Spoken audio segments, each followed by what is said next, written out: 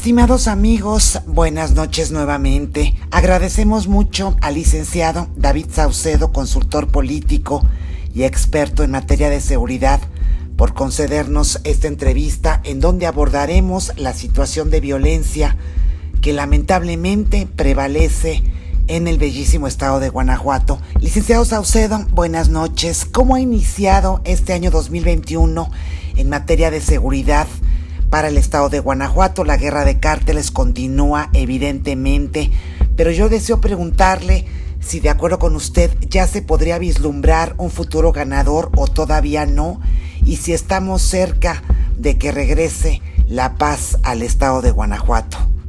No, lamentablemente la situación se ha complicado. De hecho, en la ciudad de León empezamos a ver los primeros síntomas de la narcoviolencia, el narcoterrorismo que se vivió o se sigue viviendo en la zona de Celaya, Salamanca, Los Apaseos.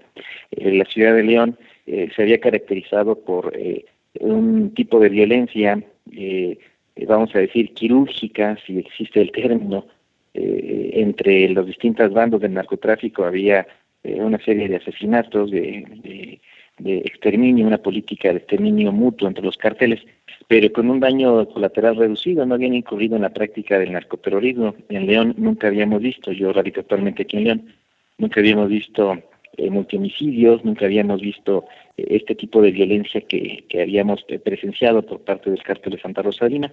Iniciamos el año con un multihomicidio en la ciudad de León, en conjunto de departamentos, 5 personas asesinadas. Este tipo de masacres no han caracterizado a la ciudad de León, eran más propias del conflicto entre el cártel Jalisco Nueva Generación y el cártel de Santa Rosa de Lima, pero en la zona de Celaya, Salamanca, Los Apaseos. Es decir, la guerra en la ciudad de León se está recrudeciendo, el epicentro de la violencia está cambiando de la zona de Celaya, que fue durante mucho tiempo el punto más caliente de la guerra de cárteles, y se está trasladando hacia la ciudad de León. De manera muy paradójica, aunque se dio la captura de varias cabecillas del cártel de Santa Rosa de Lima, el aparente desmoronamiento de dicho cártel provocó la llegada de las células del cártel de Sinaloa. Esto ante la posibilidad de que el cártel Jalisco se apoderara del estado de Guanajuato. Llegaron células de gente nueva de los Salazar, el cártel Nueva Plaza, que están ya actuando en Guanajuato justamente para reforzar a las mafias locales, la Unión de León, en el caso de León, y las células restantes del cártel de Santa Rosa de Lima, más con el apoyo que tienen en la zona de frontera con Cárteles Unidos. Cárteles Unidos, me parece que no todos, nada más con el segmento de los Viagras. Es decir, la guerra de cárteles en Guanajuato sigue teniendo 3 frentes: el cártel Jalisco contra la Unión de León y el cártel de Sinaloa en la ciudad de León, el cártel Jalisco contra el cártel de Santa Rosa en la zona del llamado Triángulo del Huachicol, y en la zona de frontera de Michoacán y Guanajuato es nuevamente el cártel Jalisco contra una amalgama, una alianza entre el cártel de Santa Rosa y los Viagras. Es decir, se mantienen los 3 frentes de guerra. El cártel Jalisco tiene una situación diferenciada dependiendo de la zona geográfica de la que hablemos. Parece que está avanzando posiciones y parece que está ganando en la zona del Triángulo del Huachicol. Eso parece indicar hasta el momento, pero a un costo muy alto. Y el avance de posiciones, cada municipio, cada comunidad, cada colonia que avanzan implica muchos muertos. Es decir, sí son victorias del cártel Jalisco, no podemos decir otra cosa, pero a un costo muy alto. Cada colonia, cada municipio, cada barrio que conquistan implica un derramamiento de sangre. Como ya están invadiendo lo que son los últimos territorios del cártel de Santa Rosa, el cártel de Santa Rosa se defiende con las uñas y hace pagar muy caro cualquier avance, cualquier incremento de la fuerza del cártel Jalisco. Yo estimo que a este ritmo, en 1 año y medio, quizá 2 años a lo más, habrán derrotado totalmente al cártel de Santa Rosa de Lima, pero a este costo. Es un costo de vida muy, muy alto. Se atraviesa año electoral, por otro lado, en el caso de Guanajuato. Y en el caso de León también hay una ofensiva, pero aquí es más difícil que el cártel Jalisco se pueda apoderar de la ciudad, porque ellos únicamente tenían el control de la tercera parte aproximadamente. Es decir, todavía tienen que conquistar muchos territorios, colonias, zonas de la ciudad de León, de la zona metropolitana, de León, los pueblos de Rincón Silao. Y finalmente en la zona con Michoacán, pues ustedes ya conocen las complejidades. Ahí definitivamente Cárteles Unidos sí ha podido detener a las células del Cártel Jalisco con estas escenas y cruce de videos en redes sociales que hay entre las distintas organizaciones delictivas.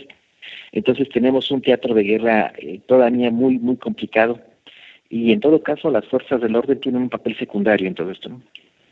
Precisamente eso le iba a preguntar, licenciado David Saucedo. Ahorita que usted mencionó lo que está sucediendo en el estado de Michoacán, donde Cárteles Unidos conformó esta agrupación criminal para todos unidos, ahora sí que enfrentar el avance del Cártel Jalisco Nueva Generación. Estamos viendo algo similar en el estado de Guanajuato. Estas organizaciones criminales están combatiendo al Cártel Jalisco Nueva Generación unidos, o cada quien está en su frente de batalla de manera independiente. Es una alianza sui generis. En efecto, no hay un mando unificado. El Marro siempre pidió eso, que hubiera un cuarto de guerra en donde estuvieran todos los comandantes y un mando unificado, pero nunca fue así, nunca se aceptó, porque el Marro pedía esta alianza, pero él encabezarla. En los hechos, él ser el jefe de una gran coalición de cárteles. Obviamente los cárteles de la Unión de León, evidentemente los hermanos Sierra Santana, evidentemente el abuelo, nunca iban a aceptar que hubiera un jefe por encima de ellos, ¿no? Hay acciones concertadas, en efecto, hay respaldo, hay apoyo. Los Viagras, evidentemente, desde las zonas serranas de Michoacán, fabrican el cristal azul, lo comercializan. El cártel de Santa Rosa también les apoya con envíos de combustible. Es decir, hay intercambio de apoyos, evidentemente apoyo también en sicarios, tráfico de armas, lo que acabamos de comentar del combustible, el apoyo para la comercialización de drogas sintéticas. Sí hay una relación, vínculos de colaboración, pero no hay un mando unificado. Me parece que ese ha sido un error importante de parte de las organizaciones que combaten al Cártel Jalisco, porque el Cártel Jalisco sí cuenta con ese mando unificado y sí puede coordinar las distintas ofensivas en los distintos teatros de guerra. Esto no existe en los cárteles que acabamos de mencionar, los locales, por decir de alguna manera. No se ponen de acuerdo para defender, para ofender, para resistir, para confrontar, y esta desarticulación, un poco por el celo e independencia que hay entre las mismas organizaciones, también se trata un poco de un tema de egos. Cada uno de los líderes criminales no está dispuesto a ceder su parcela de poder, porque en efecto cada uno de ellos son señores feudales que tienen el control de cada una de sus regiones y se resisten a tener un gran rey que sea el que los controle, unifique y mande. Me parece que esa es una ventaja táctica que tiene el Cártel Jalisco. Sí enfrenta a varios enemigos de manera simultánea, pero esos enemigos no están actuando de manera concertada, no existe un mando unificado. Esa es una ventaja táctico-militar para el Cártel Jalisco. Me quedé pensando en la cantidad de homicidios que mencionaba, señor David, sobre el municipio de León, Guanajuato. Ya habíamos investigado algo en relación a esto. Es que el incremento es muchísimo. Del año 2019, según el gobierno, pasaron de 539 homicidios a este 2020 que terminó con 848 homicidios. Y ante todo esto a mí me surge la duda de ¿qué está haciendo el gobierno municipal o el gobierno del estado? ¿Pueden con esto o definitivamente están volteando a otro lado? Digo, los números son contundentes. Es un incremento altísimo de un año para otro. ¿El gobierno qué hace? Hay una actitud de repliegue en el caso de León.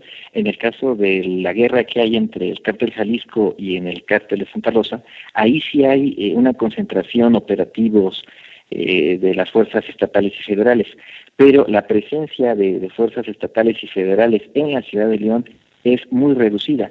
Prácticamente quienes están al frente de los operativos, quienes están realizando las acciones, es la policía municipal, que como podrán comprender, tiene una capacidad de maniobra pues realmente limitada. ¿Qué es lo que ocurre en León? En León, debido al tipo de violencia, no hay intervención del mando conjunto de fuerzas estatales y federales.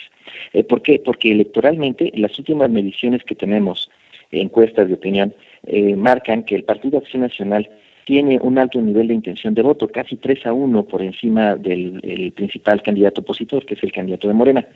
Es decir, la violencia homicida en León no está afectando electoralmente al PAN. Por eso no hay una acción de las fuerzas estatales y obviamente de las federales tampoco. Pero en el caso de Celaya, Salamanca, de los apaseos, ahí sí, la violencia homicida estaba desmoronando la fuerza electoral del PAN de manera regional, de modo que hubo un golpe de timón, hay una estrategia ahora llamada de Guanajuato Seguro para rescatar electoralmente al PAN, por eso hay todavía presencia de fuerzas federales de manera muy importante en la zona. En el caso de León, no, el PAN pareciera que goza de cabal salud, sobre todo porque es el bastión del PAN en el Bajío. No hay ciudad más panista que la ciudad de León, y la violencia está focalizada en ciertas zonas que ya votaban en contra del PAN, o bien que suelen tener una baja participación electoral. Me estoy refiriendo a la zona de Boulevard de la Luz, a la zona de Las Joyas, Barranca de Venaderos, es decir, zonas que no son panistas, que tienen una participación electoral baja y que por consiguiente la violencia que se genera en estas zonas no está afectando electoralmente al PAN. Les voy a dar un dato de contraste. De acuerdo con las cifras que proporcionó el propio Samarripa en la última comparecencia que dio en la Cámara de Diputados, hay aproximadamente, de acuerdo con los números de ellos, evidentemente, 800 detenidos del cártel de Santa Rosa. Hay 700 del cártel Jalisco detenidos, ya en procesados, sentenciados. Y de la Unión de León solo hay 20 detenidos, son números de ellos, una gráfica que presentaron en la Cámara de Diputados, hay un video que con gusto les comparto, ahí aparece esa cifra. Es imposible que haya 20 detenidos con 800 muertos. ¿Qué es lo que ocurre? Pues hay un repliegue de la policía municipal de no intervenir y dejar que haya un libre enfrentamiento de los grupos de narcotráfico sin participación de la policía municipal y obviamente de las fuerzas del Estado. Qué fuerte lo que nos dice. Me quedé pensando también, porque el año pasado que detuvieron a José Antonio Yepes el Marro, pues la gente pensaba que esto iba a provocar que disminuyera la violencia un poco. Vamos, nosotros que seguimos estos temas desde hace muchos años, pues teníamos fe en todo menos en eso. Y resulta que al final, pues no fue cierto. Al final sigue habiendo más violencia. ¿Usted cómo considera o le ve ventajas a este método, a esta política del gobierno de descabezar cárteles?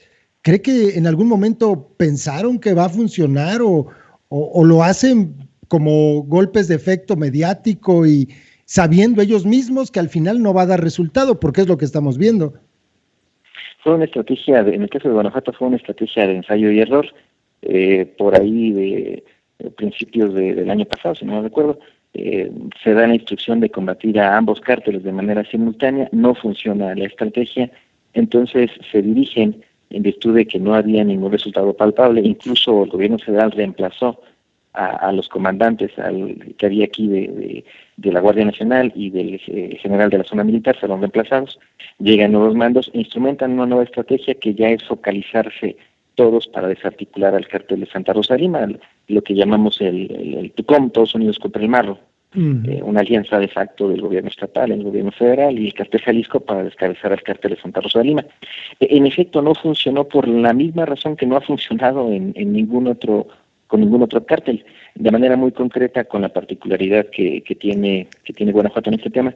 El Marro, siendo un hombre sanguinario, siendo un hombre desalmado, un liderazgo con las características que acabo de mencionar, era un liderazgo de equilibrio, era un ampón que se encargaba de tener controlados a todos los demás jefes de plaza, que eran unos perdónenme la expresión, pero unos desgraciados. Entonces, pero él era un liderazgo de equilibrio, alguien que mantenía controlados a toda la jauría. No estando él, los perros se quedaron sin correa. Y los propios jefes de plaza, que eran contenidos por el Marro, por el liderazgo tiránico que ejercía, pues se desataron.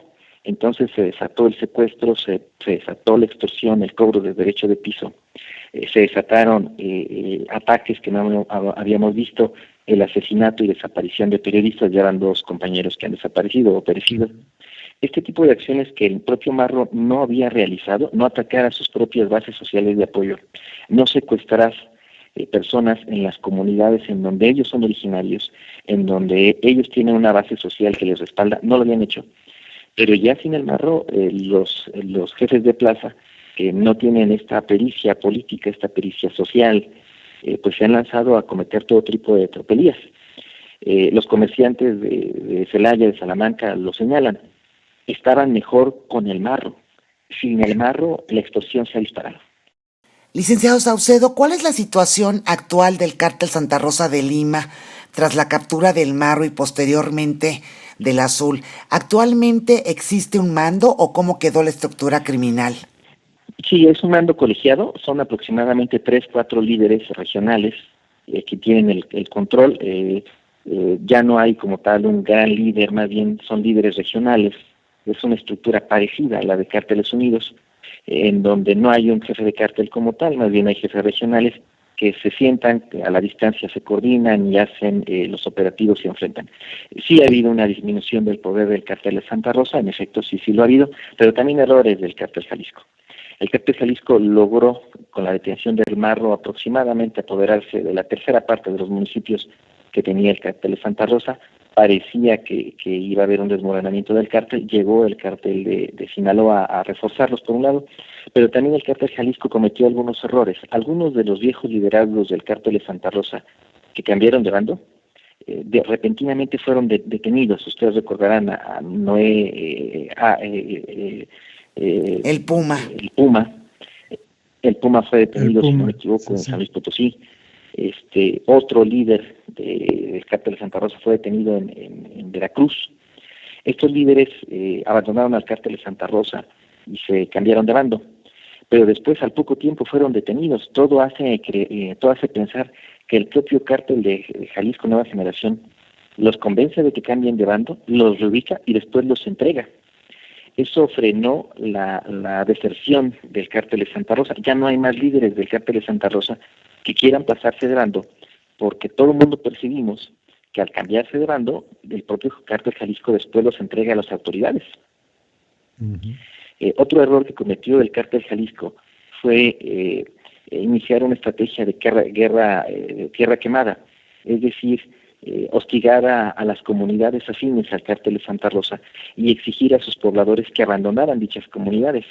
Esto generó nuevamente simpatías y apoyo hacia el cártel de Santa Rosa, porque el cártel de Santa Rosa los defendía. El cártel Jalisco llegó, por ejemplo, a la comunidad de San Juan del Llanito, en Apaseo del Alto, a exigir a los pobladores, una población de aproximadamente 1.500, 1.800 habitantes, que se fueran todos de sus casas, que ya no los querían ahí, y empezaron a asesinar a pobladores que no tenían nada que ver en el conflicto. Obviamente los pobladores se inconformaron, algunos sí se fueron, otros bloquearon la carretera federal, y esto provocó evidentemente simpatías nuevamente al cartel que los defendía, el cartel de Santa Rosa de Lima, ¿no? Ha habido errores, evidentemente, de los mandos regionales del cártel Jalisco Nueva Generación. Sin duda, el asesinato de integrantes del cártel de Santa Rosa sí está mermando el asesinato de las células, el poder del fuego, pero ya no hay muchos líderes que quieran pasarse de bando. Hay nuevamente una base social de apoyo hacia el cártel de Santa Rosa de Lima.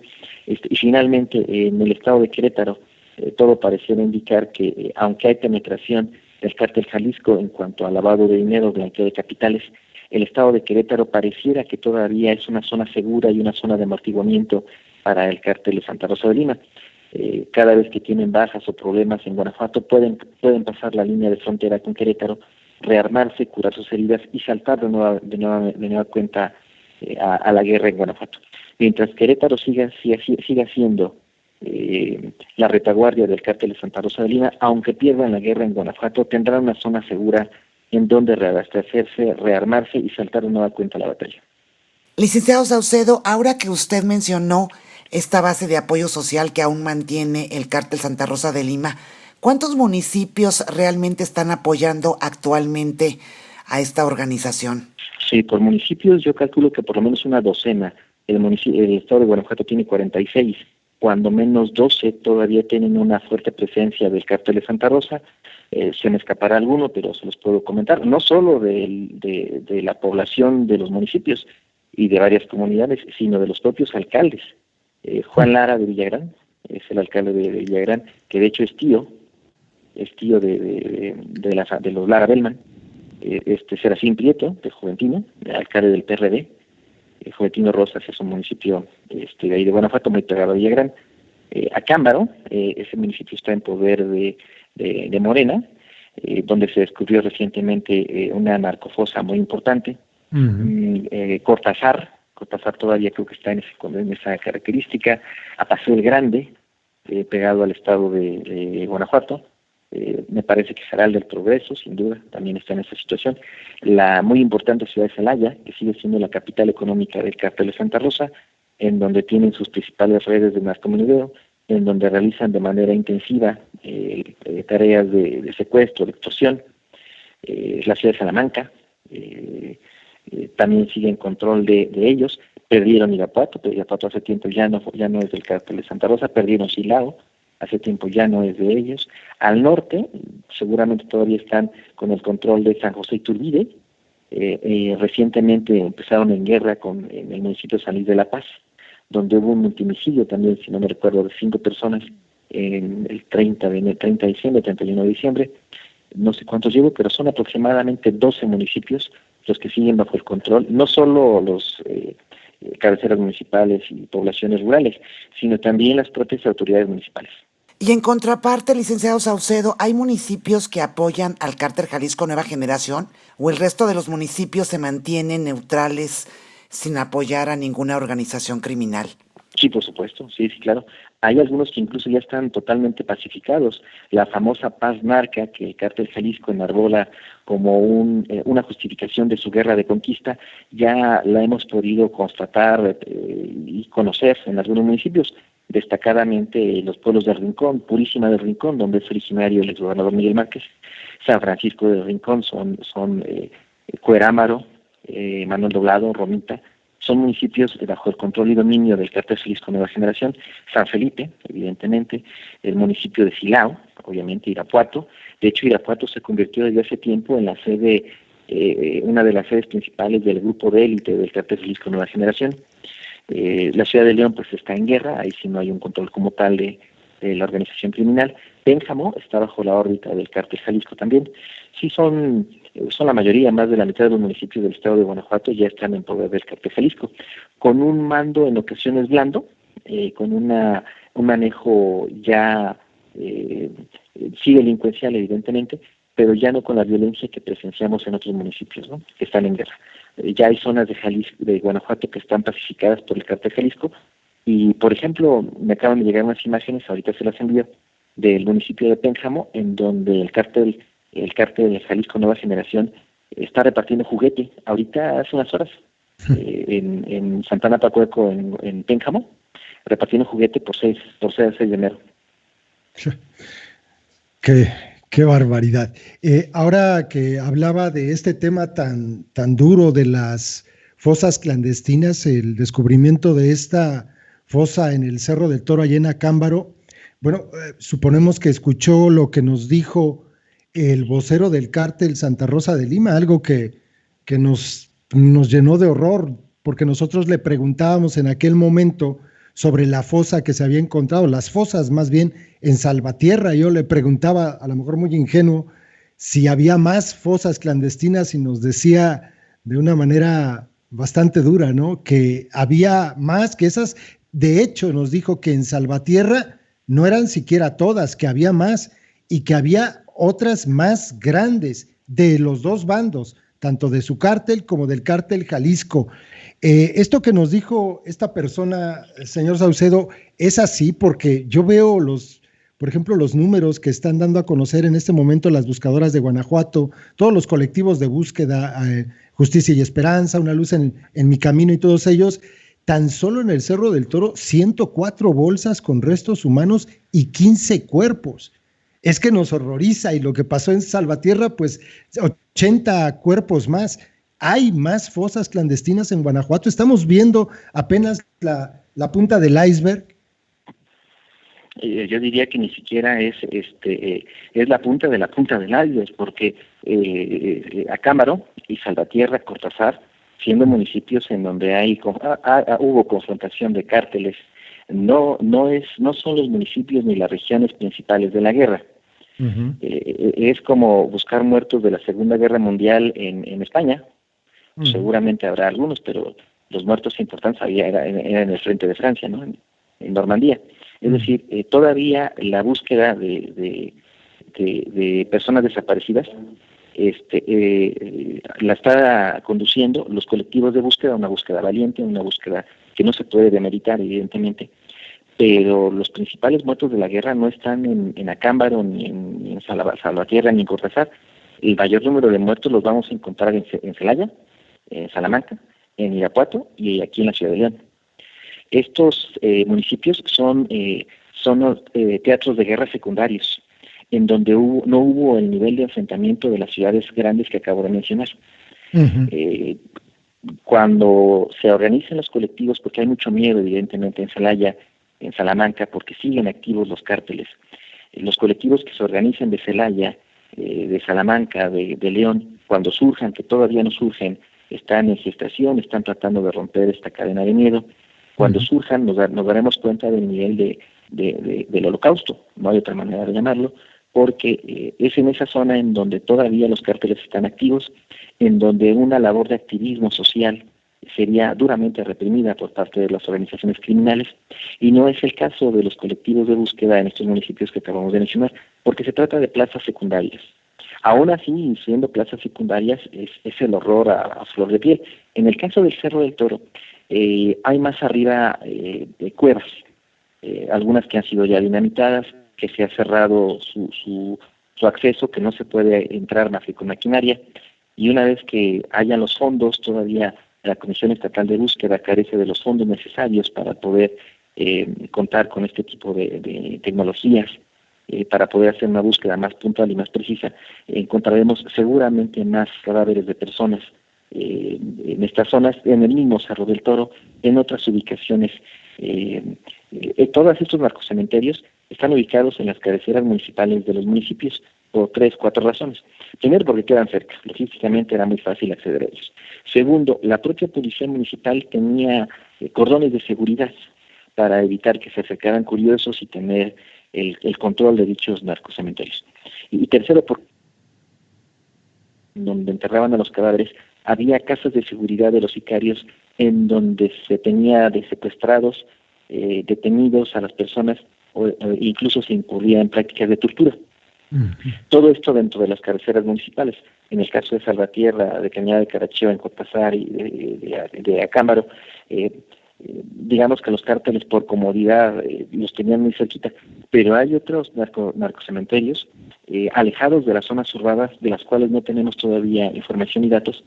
Hay aproximadamente, en números redondos y de manera oficial, reconocidos 2.800 personas desaparecidas. Yo estimo que deben ser cuando menos un 60-70% más de personas que no quieren denunciar por miedo.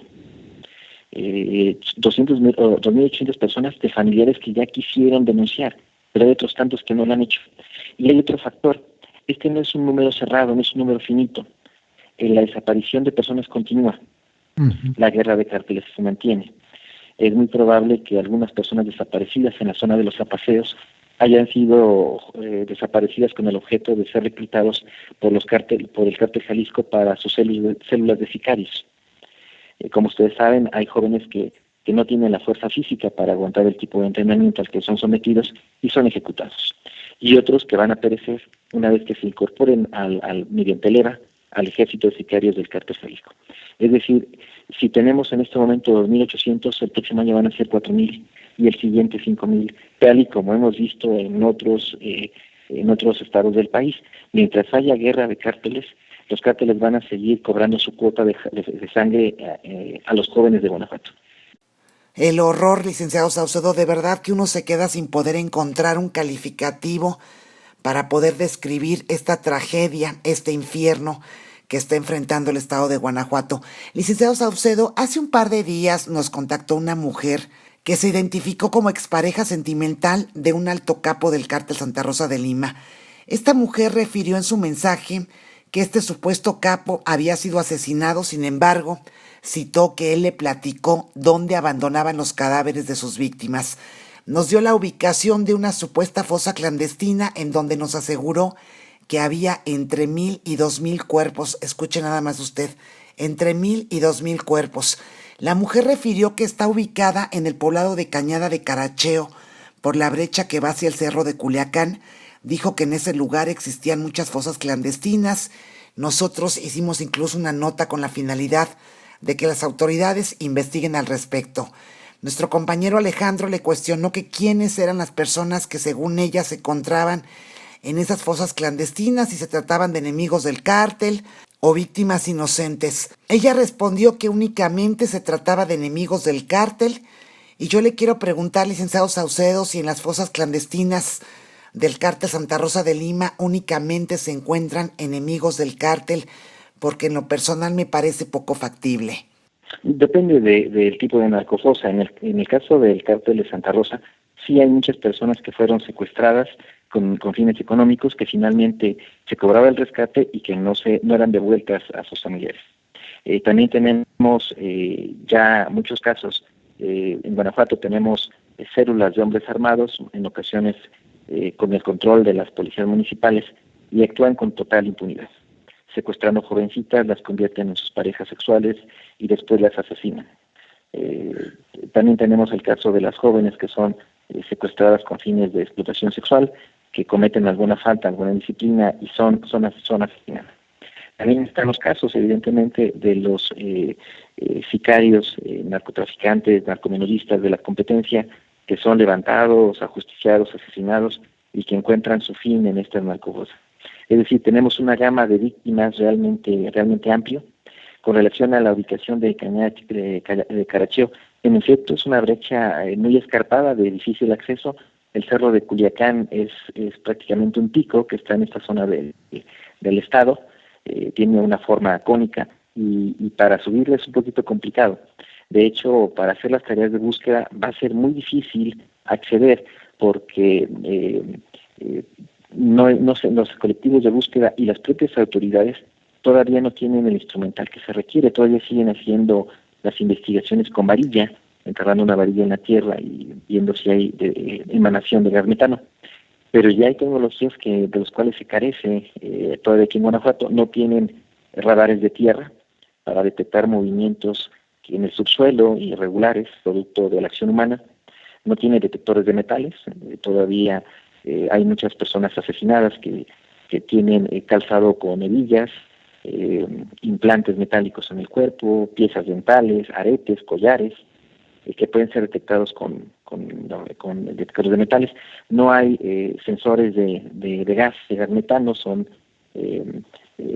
como estos sensores que conocemos en las películas, como de buscatesoros, que detectan en el subsuelo cuando en alguna zona específica hay emanación de cadáveres en putrefacción. Los colectivos no tienen nada de esto. De modo que subir al cerro de Culiacán va a ser un poquito complicado. No tienen las tecnologías, apenas están equipándose con drones para poder hacer reconocimientos aéreos. Y lo más complicado es que todos estos lugares aún tienen halcones. Si se acercan, los colectivos tienen que ser acompañados de la Guardia Nacional, porque pueden sufrir atentados. Uh-huh. Ya ha habido algunos que no se han dado a conocer, de personas que empezaron a buscar a sus familiares en la desesperación, se acercan a una ubicación conocida y son baleados, son obligados a replegarse, porque todavía los cárteles tienen el control de los perímetros de los narcocementerios. Entonces, hasta que no se desmonte esta situación de anillos de seguridad que da la policía municipal a los narcocementerios, va a ser un poco complicado acercarse a los principales narcocementerios. ¿Qué es lo que ocurre? Bueno, pues la política de exterminio de los cárteles es con el objeto de que no haya investigaciones, de que no se señalen culpables. Si no hay un cuerpo, no hay un delito. La persona está en calidad de desaparecida. pero en cuanto se descubre un cuerpo, se puede identificar a la persona que está, los restos humanos, ya hay un homicidio. Entonces los sicarios, los cárteles ya tienen en su contra la posibilidad de ser sentenciados por homicidio.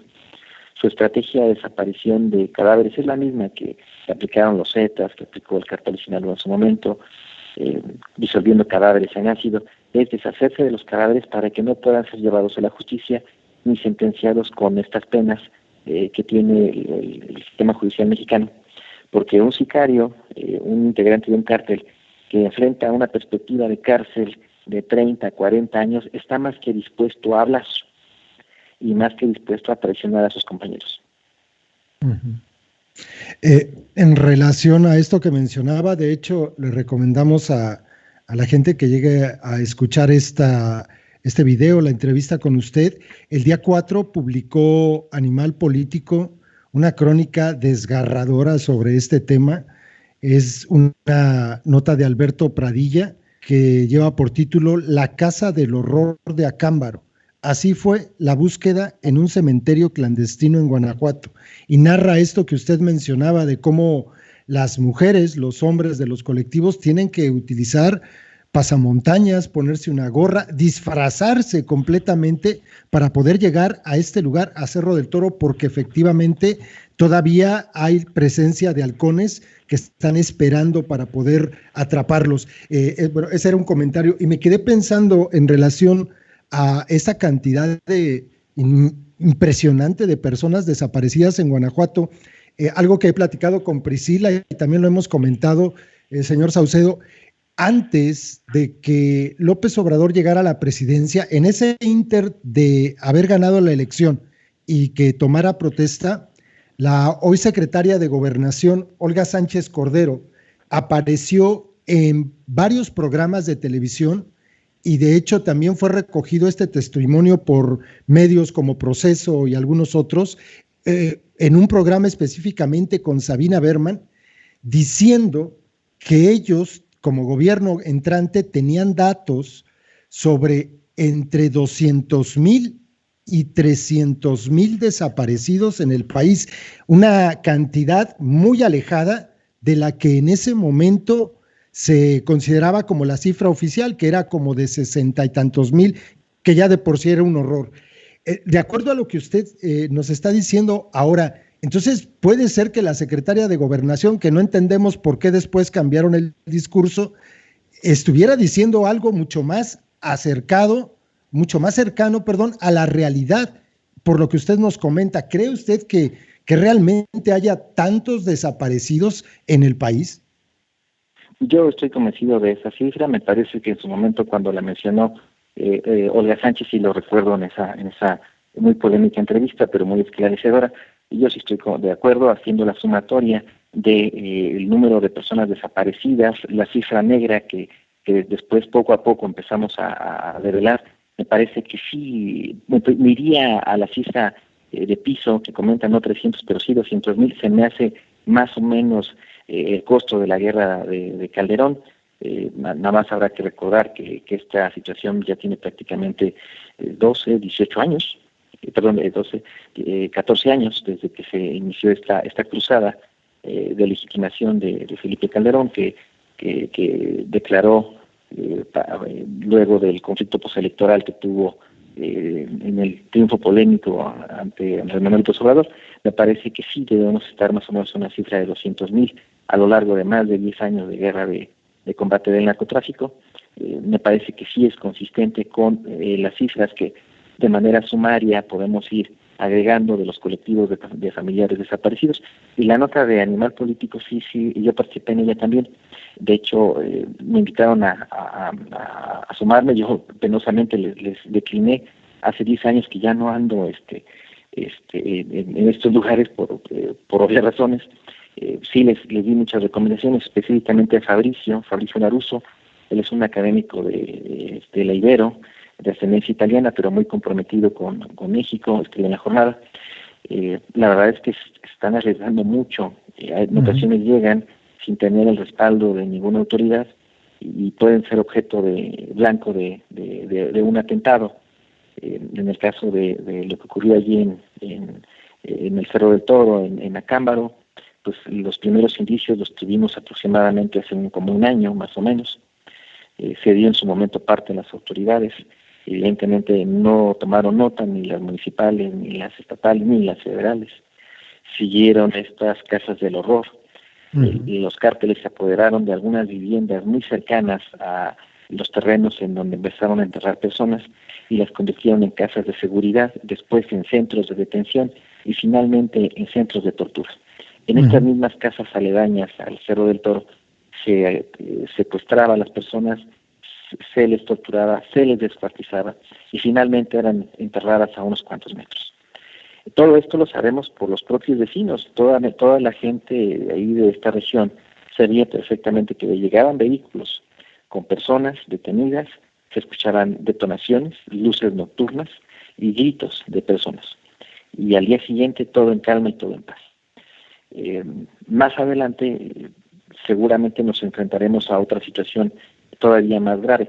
Estos son los narcocementerios de los que estamos teniendo conocimiento en la zona de guerra donde actúa el cártel Santa Rosa y el cártel Jalisco. Pero hay otros narcocementerios que están del otro lado del estado de Guanajuato, en la zona de Abasolo, Cuerámaro, León, Silao, en donde la técnica de desaparición de cuerpos, no encuentro otra manera de decirlo, sé que no es algo muy respetuoso para quienes son víctimas de esto, pero tenemos que encontrar alguna fórmulas lingüísticas, semánticas para poder referirnos a esto. Allá entierran cadáveres.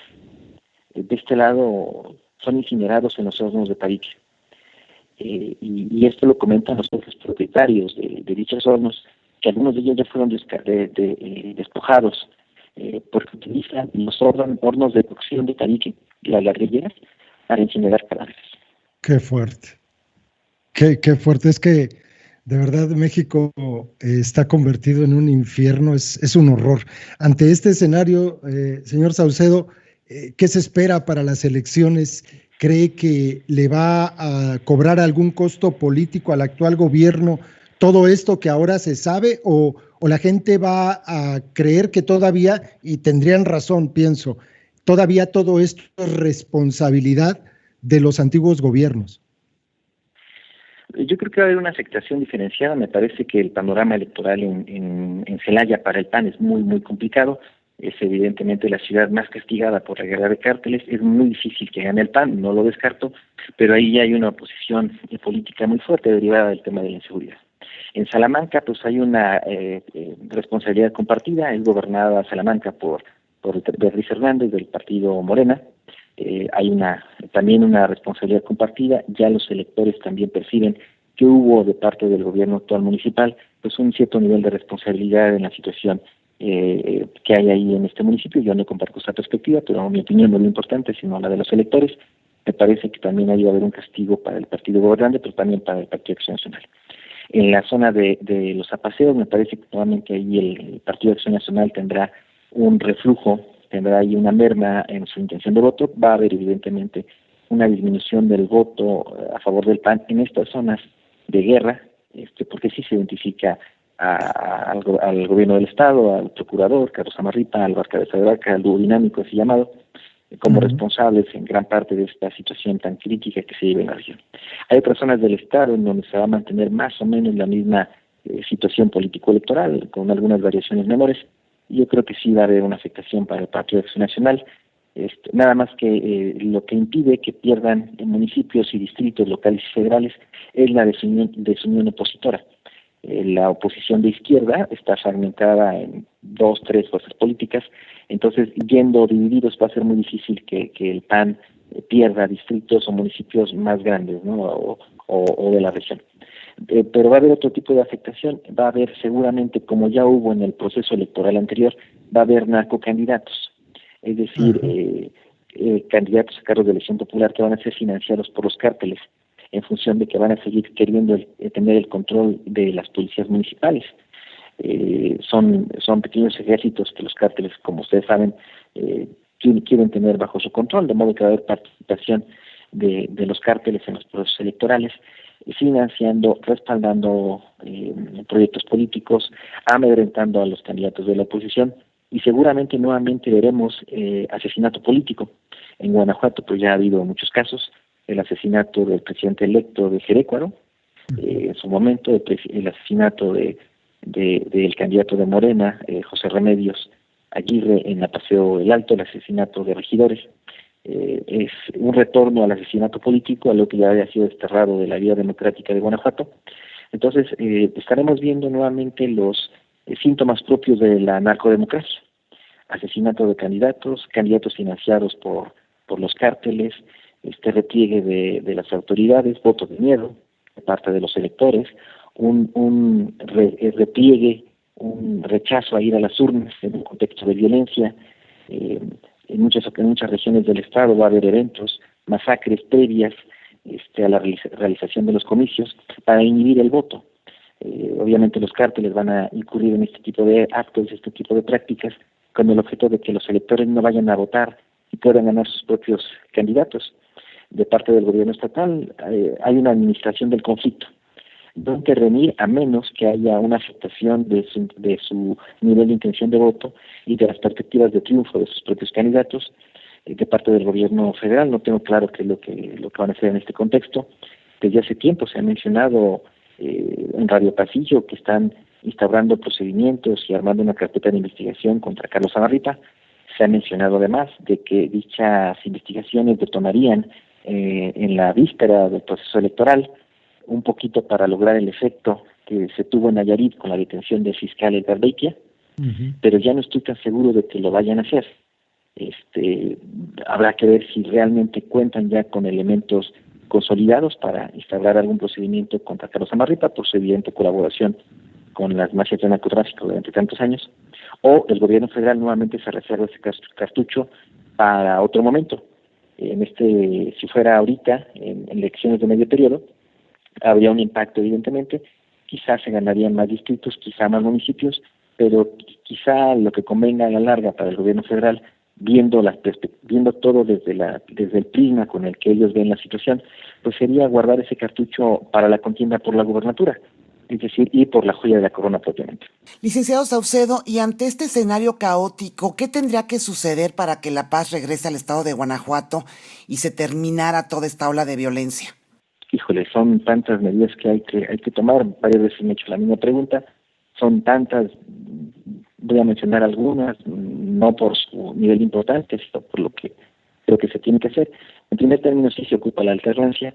El Partido Acción Nacional tiene una serie de alianzas con los grupos del crimen organizado, alianzas de muchos años, muy consolidadas. Veo muy complicado que la élite que se encuentra actualmente en el poder pueda lanzar una embestida contra sus viejos aliados. No me parece que eso vaya a ocurrir, no por ser el PAN. Hemos visto que en otros estados del país los narcotraficantes están aliados con el PRD o con Morena, da lo mismo quien sea el grupo del partido gobernante. En el caso de Guanajuato, pues en suerte es el PAN. Así que yo creo que una primera condición sí es la alternancia en el poder, para que se rompan con estos pactos de impunidad que hay entre todos ellos. En segundo término, el cártel Jalisco inició esta guerra de conquista. Ellos prácticamente llegaron a un estado que se encontraba en una paz narca relativa. Entonces se tiene que tomar una decisión de largo plazo: mantener al cártel Jalisco, permitir que continúe con su guerra de conquista, o bien enfrentarlos de manera concertada. Veo muy complicado que también el gobierno estatal o federal, aunque el gobierno federal pareciera, por impulsos y petición de la DEA, ya estar tratando de confrontar al cártel Jalisco en algunas zonas del país, sobre todo por el tema del fentanilo, que se ha convertido como la droga que más comercializa el cártel Jalisco en los Estados Unidos, y la afectación que genera el cártel Jalisco debido a esta droga y el número de muertes que generan allá. De ser así, tendría que haber un plan Mérida Plus, es decir, si lo entiendo bien, los norteamericanos iban a poner el dinero y nosotros los muertos. Así lo entendí yo cuando se planteó una colaboración binacional para enfrentar al cártel Jalisco Nueva Generación. Pues resulta que al final pusimos tanto el dinero como los muertos. Me parece que los norteamericanos no cumplieron con la parte del pacto que les tocaba a ellos. Les pongo un ejemplo: el estado de Guanajuato únicamente destina el 2% de su presupuesto en el combate de la inseguridad. el estado de Yucatán prácticamente invierte el 10%. Pues impartiendo y invirtiendo solo el 2% del presupuesto no vamos a llegar a ningún lado. Uh-huh. Tendría que, de aquí a finales del sexenio, por lo menos triplicarse esa cifra, saltar del 2 al 6%. Pero el dinero que se invierte en la seguridad es un dinero que no es tan rentable para la corrupción. No se pueden cobrar moches, no son carreteras, no son puentes, no son aeropuertos, no es obra pública. Es dinero invertido en capacitación, en contratación de elementos, en academias de policía, en la compra de equipos. Es un poco más complicado para quienes están acostumbrados a hacer usufructo del presupuesto público, negocios. Pero hay que convencer poco a poco a las autoridades de que le tienen que echar más agua a los frijoles. Es imposible combatir la inseguridad con una inversión del solo 2% del presupuesto. Yucatán, sobra decirlo, es uno de los estados que tiene los mejores indicadores en cuanto a combate a la inseguridad, pero en parte también porque hacen una inversión a la altura del reto. En el caso de Guanajuato estamos muy lejos de eso. En tercer término, sí se tiene que haber un reemplazo de las cabezas. Samarripa y Álvar no pueden ser los generales de la guerra, no pueden elegir ellos al frente de esto. Es totalmente demencial que ellos, que son los que gestaron este tema, se les pida que sean ellos los que lo resuelvan. Es llevar a ir al médico que se le han muerto todos los pacientes. No tiene ninguna lógica, ningún sentido. En tercer lugar, se tiene que hacer acciones concertadas. El gobernador de Querétaro, el gobernador de Michoacán, el gobernador de Guanajuato, tienen que trabajar de manera... Esta guerra es una guerra que se libra en tres frentes. Se tiene que actuar de manera concertada. Son tantas medidas, les acabo de mencionar algunas, finalmente les comentaré esta. Siempre genero polémica cuando lo comento, pero yo sí creo que la DEA tuvo participación en la detención del Marro. Creo que ellos fueron quienes lo localizaron a petición expresa del gobierno mexicano. Me parece que ellos utilizaron todos sus equipos de rastreo de comunicaciones satelital para ubicarlo y dieron la información al cuerpo de élite de la Marina. Creo que se requiere la participación de la DEA en Guanajuato, tal y como sabemos que participa la DEA en tantos otros puntos de la geografía del Estado, de México, perdón. Entiendo que hay una situación compleja con la DEA a raíz de la detención del general Cienfuegos, pero también conozco a los generales mexicanos. 2-3 viajes a Estados Unidos, unos ascensos y se les olvida su enojo. Entonces creo que puede haber algún tipo de acuerdo con la DEA a efectos de que haya una participación regional en positivo. Lamentablemente la DEA únicamente actúa contra objetivos que son de interés del gobierno norteamericano. A lo mejor la guerra en Guanajuato no les interesa, porque el cártel de Santa Rosa y la Unión de León no exportan droga a los Estados Unidos. Pero sí es un problema para la situación regional del Estado de México, evidentemente para el Estado de Guanajuato. Entonces creo que una combinación juiciosa de estos componentes que les acabo de mencionar apenas sería el inicio de una solución que tendría que estar aplicando a lo largo de los siguientes 10 años. Y se tiene que empezar ya, porque si no esto va a estar peor. Priscila. Pues licenciado Saucedo, nuevamente le agradecemos mucho por habernos concedido esta entrevista, en donde ahora sí que nos explicó detalladamente la situación actual que se vive en el estado de Guanajuato. ¿Hay algo más que usted desee agregar? No, yo creo que tratamos muchos temas un poquito de manera tropezada. No, yo creo que tratamos casi todo lo que hay, pero ojalá tengamos un mejor año. Yo lo dudo. Me vine a Guanajuato porque pensé que estaba más tranquilo que la Ciudad de México, obviamente me equivoqué, ¿verdad? Pero bueno, ya veremos qué se hace este año, ¿verdad? Al contrario, muchas gracias a ustedes.